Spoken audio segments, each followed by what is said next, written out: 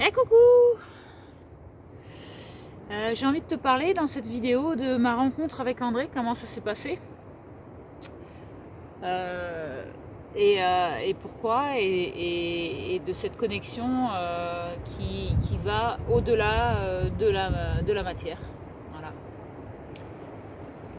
Donc pour ça, pour que tu comprennes ma rencontre avec André, tout a commencé quand j'étais petite. Tu comprennes bien le lien avec le masculin, c'est que et j'ai eu des expériences sexuelles de l'âge de 6 ans jusqu'à l'âge de 16 ans avec un de mes cousins. Donc la première fois c'était à 6 ans tu joues au docteur et après c'était des expériences forcées. Hein. C'était pas très doux et naturel. Et donc je me suis fait une carapace.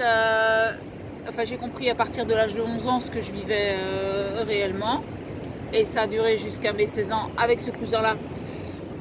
Bah, parce que je savais pas faire autrement et que physiquement j'étais plutôt menue par rapport à lui.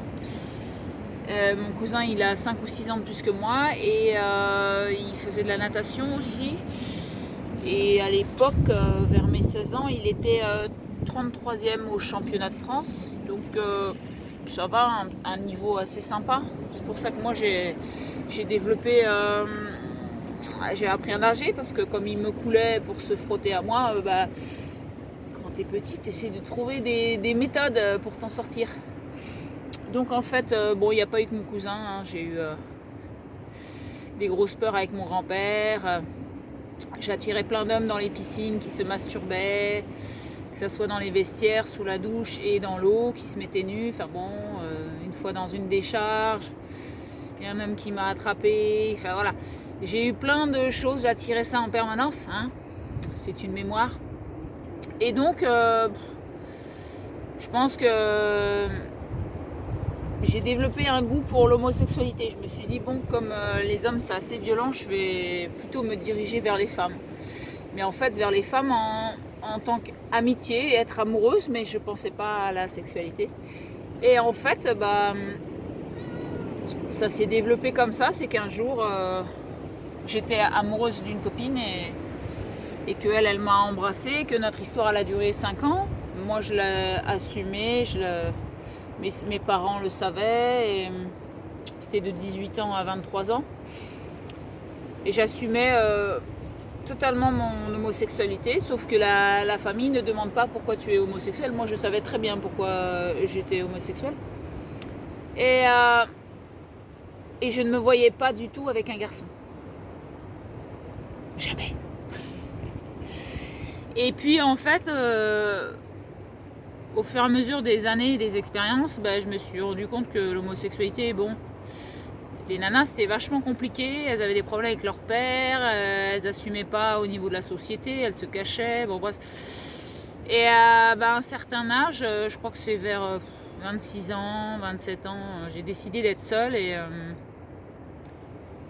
même d'être moine, de partir au Tibet. Enfin c'était vraiment, bon, j'étais dans mon sport, dans mon travail en tant que sapeur-pompier et maître nageur sauveteur à Argelès. Et je faisais du sport pour gérer tout ça. Et en fait, plus je faisais du sport et en fait, en étant sapeur-pompier, c'est de 7h du matin jusqu'à 7h du soir. Et moi, mon sport me soulageait. C'est-à-dire qu'il fallait que j'en ai de plus en plus. Ça arrivait à 28, 29 ans, 30 ans. Et là, j'ai vu que en fait, mes journées n'étaient pas assez longues pour gérer toute mon enfance, qui me pesait sur mon dos. Et du coup, j'ai pensé à me dire, soit je prends des cachetons, soit je prends de l'alcool, ou soit je vais en thérapie. Et donc, vu mon hygiène de vie qui était très dans la diététique et le sport, j'ai choisi la thérapie, et la thérapie de groupe, parce que dans un groupe, j'ai une globalité de réponses. J'ai pas qu'une seule personne qui projette sa vie sur moi. Et surtout, si c'est une thérapeute qui n'a pas d'expérience dans le couple et dans tout ça, c'est ce que j'ai déjà dit dans des vidéos, c'est important si tu as des problèmes de couple d'aller voir quelqu'un qui est en couple, parce que la personne, si elle n'est pas en couple, elle va te projeter ces trucs dans ta vie, elle va surtout pas t'aider. Donc ça, c'est important. Donc moi, après, j'ai donc décidé, quand j'ai vu que mon sport me suffisait plus, mon hygiène de vie, et que j'avais encore plus besoin parce que mon corps était un peu comme ça, et qu'en fait j'étais toujours sur les nerfs et que je fuyais un truc, je me suis dit, en fait, il va falloir que je parle, il va falloir que j'ai besoin de reconnaissance. Et c'est ça qui est important aussi dans ces vidéos-là, c'est que nous sommes sincères, nous parlons avec notre profondeur, notre être, ce qu'on sait sur l'instant, parce qu'en fait on évolue en permanence, on change en permanence. Et que toi tu puisses te reconnaître dans ces vidéos, c'est génial, hein, que ce soit dans notre simplicité, dans nos réflexions, dans tes peurs, dans les tristesses, dans tout ce qu'on peut vivre dans une vie naturelle, de toutes ces émotions qui nous traversent. Et donc en fait, il y a dans ce groupe de thérapie, il y a eu un André. Voilà, et qu'on a fait les exercices ensemble. Du coup, il a connu ma vie, il a connu mon homosexualité, il a su que j'avais vécu des trucs avec mon cousin, avec mon grand-père et plein d'autres choses, puisque je me dévoilais. Moi, j'en pouvais plus, quoi. J'avais 30 ans passés, il fallait que je lâche les vannes parce que ça se retournait contre moi, et la thérapeute m'a accueilli dans tout ce que j'avais besoin de lâcher. C'est super. Et André, il était et il est toujours dans la même énergie que moi, et en fait on s'est rapprochés lors de ces séminaires de 2 jours, et on a senti un appel qu'on devait faire des choses ensemble, mais un appel plus grand que la matière. Et comme par hasard, André s'appelle André. Bon, c'est ce que je veux t'expliquer dans cette vidéo, c'est que il y a quelque chose de plus grand que mon mental qui m'a appelé, quelque chose de symbolique de l'univers qui m'a appelé, parce que quand j'étais petite, on allait à la caravane avec mes parents tous les week-ends. On allait dans l'Eure-et-Loire, ça s'appelle Annette. Et il y a une petite ville juste à côté d'Annette, ça s'appelle Saint-André. Et Saint-André, c'était un endroit où j'allais faire du vélo, où j'allais me ressourcer dans la nature, où il y avait un château en ruine, et que j'allais escalader, et que je me sentais super bien dans cet endroit-là, Saint-André. Ensuite, lorsque j'ai eu mon brevet national de sécurité et de sauvetage aquatique, je suis allée travailler dans une ville que j'aurais voulu vivre, dans le 04. Ça s'appelle Saint-André. Il y avait Saint-André et Saint-Julien dans le 04. Et puis, donc moi je suis de la région parisienne. Et en fait, je suis allée au mariage de ma meilleure amie qui s'est mariée ici, près de Perpignan, donc au Boulou, dans le 66. Et je suis tombée amoureuse de cette région, donc dès que je suis remontée du mariage, je suis remontée dans la région parisienne, et j'ai dit à ma maman que je savais où c'est que je voulais vivre, et que j'allais tout lâcher, mon travail, ma maison et tout. Et j'ai toujours une tante ici dans le coin, et je lui ai demandé de me trouver un appartement le temps que moi je fasse tous les papiers, que je régule tout et tout. Et devine où c'est que j'ai habité? À Saint-André dans le 66, voilà. Du coup, tu sais quoi, les André, y a un truc avec les Saint-André, quoi. Et j'adore ce petit village de Saint-André. Donc ça fait 3 villages qui s'appellent Saint-André, qui m'ont beaucoup marqué dans mon être, qui m'ont beaucoup soutenu et tout ça. Et quand je suis arrivée dans la région, j'avais un diplôme de brevet d'éducateur sportif, d'activité physique pour tous. C'est pas pareil que dans la région parisienne. Ici, c'était les instituts qui faisaient le sport à l'école, alors que chez nous, on avait vraiment des éducateurs sportifs spécialisés qui venaient faire le sport à l'école. Donc, arrivée ici, je me suis retrouvée au chômage. Et pour pas déprimer, je me suis inscrite à un club de randonnée, et j'ai rencontré un André avec qui pendant un an et demi, on a vachement randonné et tout. Et en fait, cet André, il avait quelque chose, une attirance pour moi. Et que en fait quand il m'a demandé un jour, je lui ai dit bah non, c'est pas possible pour moi en fait. Non, ça va pas être possible. Et donc après tout ça, donc je sentais que mes nerfs lâchaient malgré le sport que je faisais. Donc je courais environ 13 à 15 km tous les jours, plus de la musculation le matin ou le soir, plus aller nager, enfin voilà. Et en fait ça ne suffisait pas. Donc j'ai bien vu que j'avais quelque chose de lourd sur moi et qu'en fait bon, je suis allée en thérapie et j'ai rencontré André. Et au bout de plusieurs mois, on a senti l'appel et André m'a dit qu'on avait quelque chose à faire ensemble. Et va savoir pourquoi, dans tout ce que je viens de te dire, mais j'ai dit oui. J'ai dit oui, il savait très bien que j'avais une grande peur des hommes, que j'avais été homosexuelle. Et voilà, ça s'est fait. Hein. Donc notre histoire, elle est pas si facile que ça.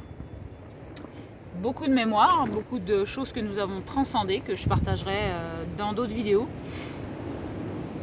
D'ailleurs, je te remercie pour tes dons, parce qu'il y a eu des dons sur la chaîne, et merci beaucoup de soutenir ce qu'on fait, ce qu'on partage de nous. C'est aussi du travail de mettre des vidéos, d'organiser les choses, et d'être régulier et tout ça. Donc merci à toi de ton don, de tes retours. Tu peux commenter, tu peux donner des idées si tu as envie qu'on parle de certains sujets. Tu peux aussi te dire et te reconnaître dans qui tu es. Ça nous fait aussi beaucoup de bien. De ne pas se sentir seul, de voir qu'il y a des gens qui vibrent comme nous. Et voilà, merci pour à toi de te reconnaître en nous et nous aussi on se reconnaît en toi, donc c'est sensationnel. C'est le miroir gagnant-gagnant, voilà. C'est le don de soi.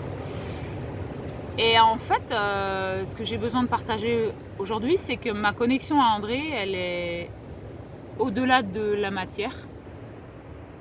C'est ce qui fait qu'on a pu traverser tout ce qu'on a traversé ensemble.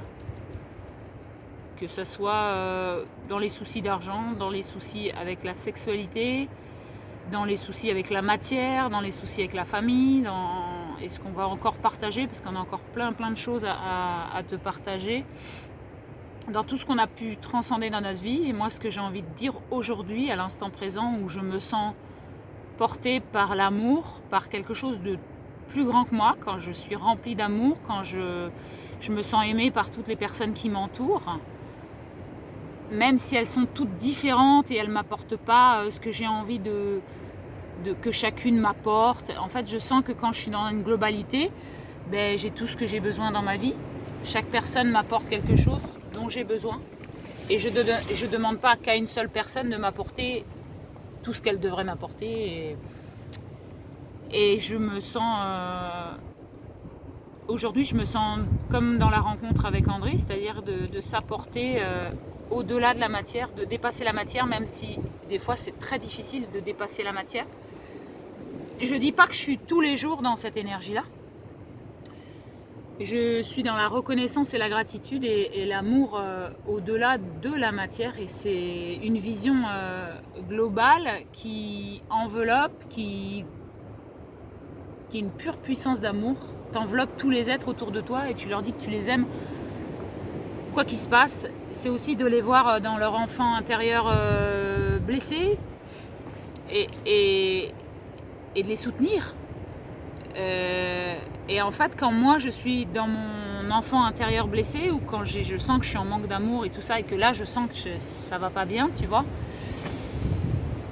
et que le temps fait les choses, que ça passe aussi et qu'il y a besoin de se ressourcer dans la nature, d'aller dans une vibration silencieuse ou d'aller vers des activités d'amour de moi et de reconnaissance de moi, et il y a des moments où c'est la pure amour qui arrive et que je me sens aimée de toutes les personnes qui m'entourent et que je remercie, même les internautes de YouTube, aussi bien les gens aussi autour de moi, et que tout le monde vit la même chose et qu'il suffit juste d'avoir une vision plus large que la matière et de voir plus grand que la matière. Et je pense quand on est assez intelligent pour se soutenir les uns les autres, pour demander de l'aide quand on a besoin et voir que tout seul, non, c'est plus difficile. Et que des fois que c'est même des gens inconnus qui peuvent t'aider, qui peuvent t'apporter un sourire, un regard, qui vont faire en sorte que waouh, tu vois la vie, très peu de choses peut suffire à me nourrir, à nous nourrir. Et quand on est dans une simplicité, une sérénité comme ça, quand on aime très peu de choses de la vie, quand on se sent rempli de simplicité, c'est là où notre vie elle est merveilleuse. Et moi je dis que tout ce que j'ai vécu avec André jusqu'à aujourd'hui, c'est merveilleux. Et c'est l'homme qui m'a apporté le plus de stabilité dans ma vie, le plus de profondeur aussi, le plus d'équilibre. Même s'il a ses défauts, oh là là, des gros défauts. Tout comme moi, hein. Le miroir est toujours là. Et en fait, quand tu as une vision comme ça, quand tu arrives à voir que les défauts chez l'autre, c'est aussi chez toi, il n'y a plus d'agressivité, il n'y a plus la demande, il n'y a plus le besoin, il y a juste l'écoute profonde. Je pense que si chaque personne a une écoute profonde de soi et de l'autre, c'est le bonheur parfait, c'est l'éveil serein. En fait, moi, je sens qu'aujourd'hui, j'ai beaucoup besoin, je m'autorise à être seule, à faire mes activités toute seule, à être en silence dans la nature, à éviter trop d'être avec des groupes, parce que je me recharge, je me ressource, j'ai besoin de me centrer, et que j'ai eu une période où il y avait des groupes en permanence, et non, je change, j'évolue en permanence, et ça me fait beaucoup de bien, et du coup je gère qui je suis. J'arrive à voir des choses et des compréhensions que je pense que j'aurais pas été vers ce silence intérieur là, vers cette écoute de moi, et puis d'aller me ressourcer au bord de l'eau dans la nature. Peut-être que je serais toujours en conflit à me demander, plutôt que de laisser circuler l'énergie naturelle des choses, et d'accepter, d'observer et de laisser couler, sans juger, c'est merveilleux. Je te le souhaite. Je te souhaite de voir la vie, de voir les gens dans leur profondeur, que en fait quand ma colère n'est plus là, c'est pas l'autre qui fait exprès de faire ça, c'est l'autre qui est dans son inconscience. Et des fois il est en permanence dans son inconscience, surtout si c'est une blessure de l'enfance et qu'il tourne en rond, et que la personne tourne en rond avec elle-même. Et je trouve ça merveilleux, parce que moi aussi j'ai des trucs en moi où je suis dans mon inconscience, dans ma rigidité, dans ma peur, des choses que je vois pas de moi, que l'autre peut voir aussi. Et en fait, moi si j'arrive à réguler et à accepter et à porter plein d'amour et de compassion à ces choses-là, ces énergies-là, je m'en apporte à moi, vu que tout part de moi, et je trouve ça merveilleux. Et je pense que l'amour, c'est ce que j'ai envie de dire dans cette vidéo, je pense que l'amour est bien au-delà de la matière. Je pense que l'amour est en permanence autour de nous et nous porte en permanence. C'est juste à nous de nous ouvrir, d'accueillir et d'accepter. Et aujourd'hui, je me sens portée par une énergie lumineuse au-delà de la matière. Je me sens aimée de toutes les personnes qui m'entourent. Et je trouve ça super beau. J'avais envie de te le partager. Voilà. Sur ce, je te fais plein de bisous. Je te remercie de ton écoute. Je te remercie de ta bienveillance. Tu peux partager, tu peux liker, tu peux faire un don. Et je t'embrasse et je te dis à tout bientôt. Tchuss!